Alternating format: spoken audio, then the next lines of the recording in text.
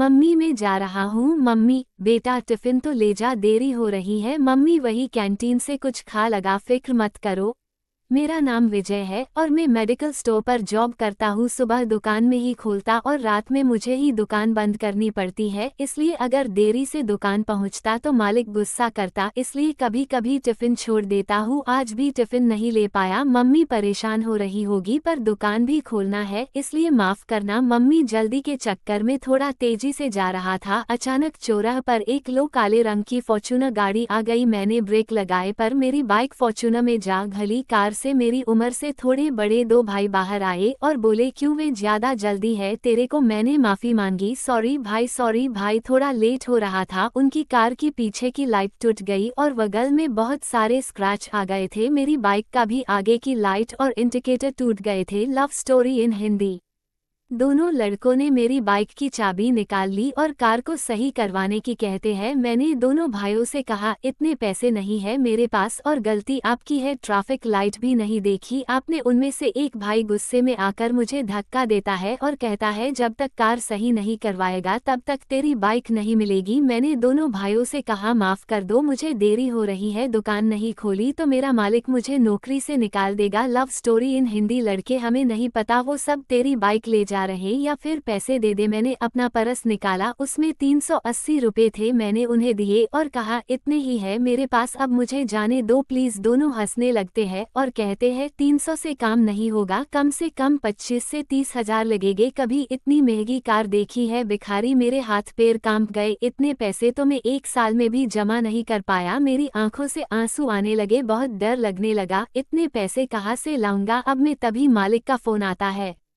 मालिक कहा है, विजय दुकान नहीं खोलनी क्या? मैंने मालिक को बताया, मालिक मेरा एक्सीडेंट हो गया है और ये लोग 25,000 रुपए मांग रहे, मेरी बाइक रख ली। मालिक, तो मैं क्या करूं? पैसे दे और जल्दी दुकान खोल, तेरे वजह से मेरा नुकसान हो रहा है। दुकान थोड़ी ही दूर थी। मैंने दोनों भाइयों से कहा, मेरी दुकान यही पास में, आप मेरे साथ चलिए, मैं अपने मालिक से आपको पैसे दिला देता हूँ। दोनों भाई ठीक है चलो, मुझे अपनी कार में बैठा लिया और मेरी बाइक दूसरा बाला भाई लेकर आ रहा था। दुकान पर पहुंचते ही मैंने दुकान खोली जल्दी जल्दी।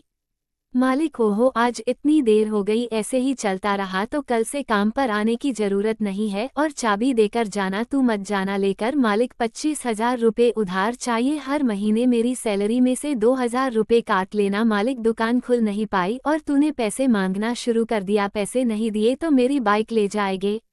मालिक गुस्से में, तो मैं क्या करूं, मेरे पास नहीं है पैसे। मैंने उन भाइयों से कहा, आप अपना नंबर दे दीजिए, मैं आपको हर महीने 2,000 रुपए देता रहूंगा। उन लोगों ने भी मेरी बात नहीं मानी और कहने लगे, तेरे चक्कर में यहाँ धूप में नहीं खड़े रहेंगे, पैसे नहीं है तो बाइक ले जा रहे तेरी, इसे बेचकर अपनी कार ठीक करवा लेंगे। नहीं भाई, मैं पैसे दे रहा हूँ। और सोचने लगा, कहाँ से दूं इतने पैसे? उनमें से एक भाई कहने लगा, अपने घर ले चल रहे, वही सोचता रहेगा, यहाँ तो बहुत गर्मी लग रही यार। दूसरे भाई ने कहा, ठीक है चलो हमारे साथ और पैसे मंगवा लो और अपनी बाइक ले जाना। मैंने मालिक से कहा, मालिक आज की छुट्टी दे दीजिए, कल से टाइम से आ जाऊंगा। मालिक ने कहा, ठीक है जाओ, कल टाइम से नहीं आए तो अब मत आना। सुनकर मैं दोनों भाई के साथ उनके घर चला गया, मेरी बाइक रख ली और मुझे वॉचमैन के पास बैठा दिया और कहा, शाम तक का वक्त है, तुम्हारे पास पैसे मंगवा लो और बाइक ले जाओ, कहकर चले अंदर गए। मेरी आंखें नम थी और मन ही मन सोच रहा था, काश धीरे धीरे आ रहा होता तो आज ये सब नहीं होता। उतने में ही वॉचमैन, क्या हुआ बेटा, क्या बात है? कुछ नहीं अंकल जी, एक्सीडेंट हो गया, मेरी बाइक रख ली, 25,000 रुपए दूंगा तब बाइक वापस करेंगे।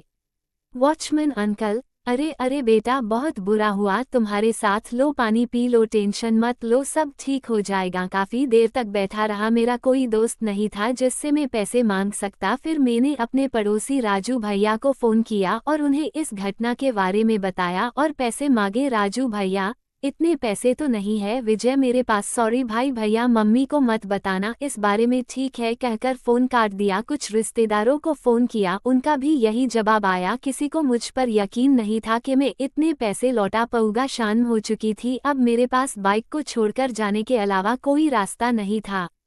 मैंने बाइक को देखा, मेरे पिताजी की बाइक थी, वो इस दुनिया में नहीं है। भावुक हो गया और रोने लगा। तभी एक लड़की आती है और कहती है, क्या हुआ, रो क्यों रहे आप?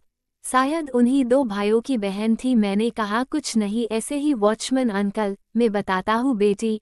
वॉचमैन अंकल ने पूरी बात बताई। जब तक ये पैसे नहीं देंगे आपके भाई इनकी बाइक नहीं देंगे। इतना सुनकर लड़की मुझसे रुकने को कहा और अंदर चली गई और 25,000 रुपये लेकर आई और मुझे दिए और कहा ये दे दो मेरे भाइयों को और अपनी बाइक छुड़वा लो।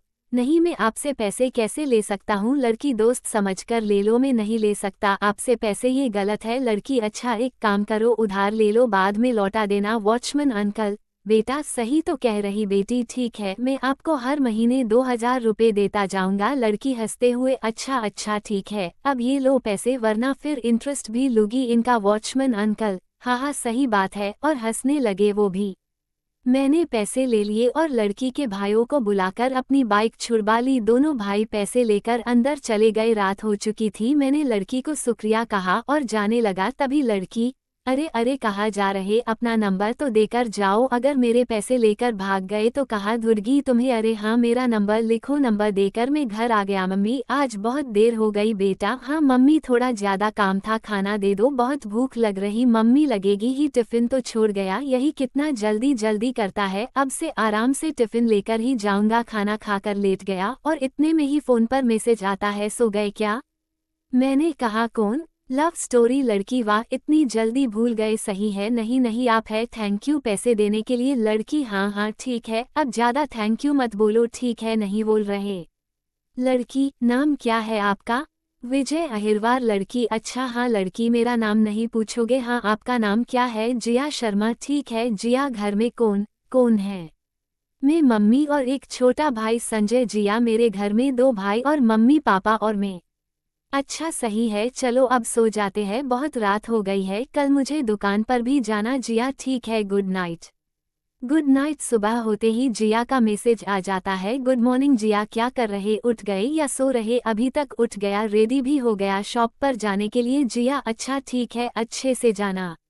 अब जिया और मैं अच्छे दोस्त बन चुके थे, करीब 7 महीने हो गए थे। फिर एक दिन जिया का फोन आता है और मिलने को बुलाती है पास वाले रेलवे स्टेशन पर। जिया मुझे आपसे कुछ बात करनी है। हाँ बोलो जिया, मुझे आप बहुत पसंद है और आपसे शादी करनी है। मेरे हाथ पैर कांप गए सुनकर गुजरती ट्रेन की आवाज नहीं आ रही, मानो जैसे मेरे कान सुन्न पड़ गए हो। जिया मुझे आपसे पहले दिन से ही प्यार हो गया था, जब आप वॉचमैन अंकल के साथ बैठे थे। मैंने आपको छत से देखते ही सोच लिया था कि आपसे ही शादी करूंगी। ये क्या बोल रही हो जिया, ऐसा नहीं हो सकता, तुम में और मुझ में जमीन आसमान का फर्क है। जितना तुम्हारा खर्चा है उससे 5 गुनी कम मेरी सैलरी है, नहीं हो सकता ये। जिया मुझे कुछ नहीं चाहिए, मैं कुछ नहीं मांगूंगी आपसे, जैसे आप रखेंगे वैसे ही मैं रह लूंगी। नहीं हो पाएगा, फिर भी तुम जाओ अपने घर और अब से मत मिलना, न मुझे मैसेज करना न ही फोन करना, प्लीज। Folded hands. जिया नहीं, मैं आपके बिना नहीं रह सकती। सुनो विजय रुक जाओ। सुनकर मैं वहां से चला गया। रात भर नींद नहीं आई, सोचता रहा कहीं यहाँ भी मैंने कोई जल्दबाजी तो नहीं कर दी। प्यार तो मुझे भी हो गया था जिया से, मगर मुझे हमेशा से यही लगता आया कि ये प्यार एक तरफा है। कुछ दिन बाद जिया का फोन आया। जिया आज मुझे लड़के वाले देखने आए थे, जल्द ही शादी हो रही, लड़का NRI है, कहकर जिया ने फोन रख दिया। उसकी आवाज में एक दर्द था। मैंने कुछ नहीं बोला, मुझे लगा जिया मेरे साथ खुश नहीं रह पाएगी। 2 साल बाद, मालिक ये दवाई पैक करो और उस कार में देकर आओ जल्दी। में दवा लेकर कार के पास गया, मैंने दवा दी। कार में जिया का भाई था, उसने पूछा कितने पैसे हुए?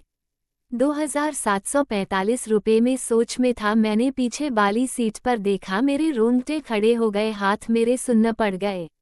मैंने कार में जिया को देखा, चेहरा बिल्कुल सूख गया था, उसका ठीक से हिल भी नहीं पा रही थी वो, जैसे उसमें जान ही न हो। दिल बहुत घबरा रहा था, क्या हो गया? जिया को दुकान से छुट्टी होते ही मैं सीधा जिया के घर गया। बाहर ही वॉचमैन अंकल थे। मैंने वॉचमैन अंकल से पूछा कैसे हो अंकल, पहचान मुझे? अंकल अरे बेटा तुम बहुत दिनों बाद मिले, कैसे हो? ठीक हूँ अंकल, आप कैसे हो? कुछ बात करनी थी आपसे। अंकल बोलो बेटा। जिया को क्या हो गया? अंकल क्या बताए बेटा, जिस दिन से शादी हुई उस दिन से ही खोई खोई रहने लगी। शादी के कुछ दिन बाद ही विदेश चली गई और 6 महीने बाद ही बीमार रहने लगी। उसके बाद उसका पति यहाँ छोड़ गया, जब से ऐसे ही है, ना कुछ बोलती है ना कुछ सुनती है। मेरे आंखों से आंसू आ गए। मैं घर के लिए निकल आया, सोचते सोचते ये सब शायद मेरी वजह से ही हुआ है। अगर उस दिन मैं जिया से अच्छे बात करता तो ये सब नहीं होता। मैं जिया को ऐसे नहीं देख सकता। एक हफ्ते बाद में जिया के घर चला गया। वॉचमैन अंकल से अंदर जाने को कहा। वॉचमैन अंकल, नहीं बेटा, तुम अंदर मत जाओ, उसके भाई मारेंगे तुम्हें। अब तो मैं पिट सकता हूँ, अंकल मर भी सकता, पर जिया को ऐसे नहीं देख सकता। मैं अंदर चला गया। सब जिया के रूम में थे। मैं सीधा जिया के रूम में चला गया। जिया का भाई, तुम यहाँ क्या कर रहे हो? जिया का दोस्त हूँ, उससे मिलने आया हूँ। जिया के आंखों में आंसू आ गए, जैसे अब वो फिर से जीना चाहती हो। जिया का भाई, क्या बकवास कर रहे हो, जाओ यहाँ से। मैंने जिया की माँ से कहा, प्लीज आंटी मिलने दीजिए। आंटी जी ठीक है। जिया का भाई बाहर चला गया। गुस्से में मैं जिया के पास आया और पूछा, कैसी हो जिया? जिया की आंखों से आंसू रुक नहीं रहे थे। मैंने जिया का हाथ पकड़ लिया। आंटी जी, तुम विजय हो क्या? हाँ आंटी जी, आपको कैसे पता? आंटी जी, जिया ने बताया था तुम्हारे बारे में, वो तुमसे बहुत प्यार करती है बेटा। उसने शादी से पहले मुझे बताया था, पर मैंने भी उस वक्त इसकी एक न सुनी, और देखो क्या हालत हो गई इसकी। जिया के पिता बाहर खड़े सब सुन रहे थे। आंटी जी, मैं जिया से शादी करना चाहता हूँ। आंटी जी, ये नहीं हो सकता बेटा, अब उसकी शादी हो चुकी है और ठीक होते ही वो अपने घर चली जाएगी। आपको लगता है ये ठीक होगी ऐसे? प्लीज आंटी जी मान जाइए। आंटी जी, नहीं बेटा, उसका भाई, उसके पिता नहीं मानेंगे। जिया के पिता अंदर आए और कहा, क्यों नहीं मानेंगे? बेटी की खुशी में ही हमारी खुशी है। काश पहले सोचते ये बात, तो आज इसकी ये हालत नहीं होती। जिया के पिता की आंखों में आंसू थे। उन्होंने कहा, कल ही तुम्हारी शादी होगी जिया से। मैं बहुत खुश हो गया। जिया भी खुश हुई, चेहरे पर उसके खुशी झलक रही थी। शादी के 2 साल बाद हमें एक बेटी हुई। अब जिया बहुत खुश रहने लगी थी।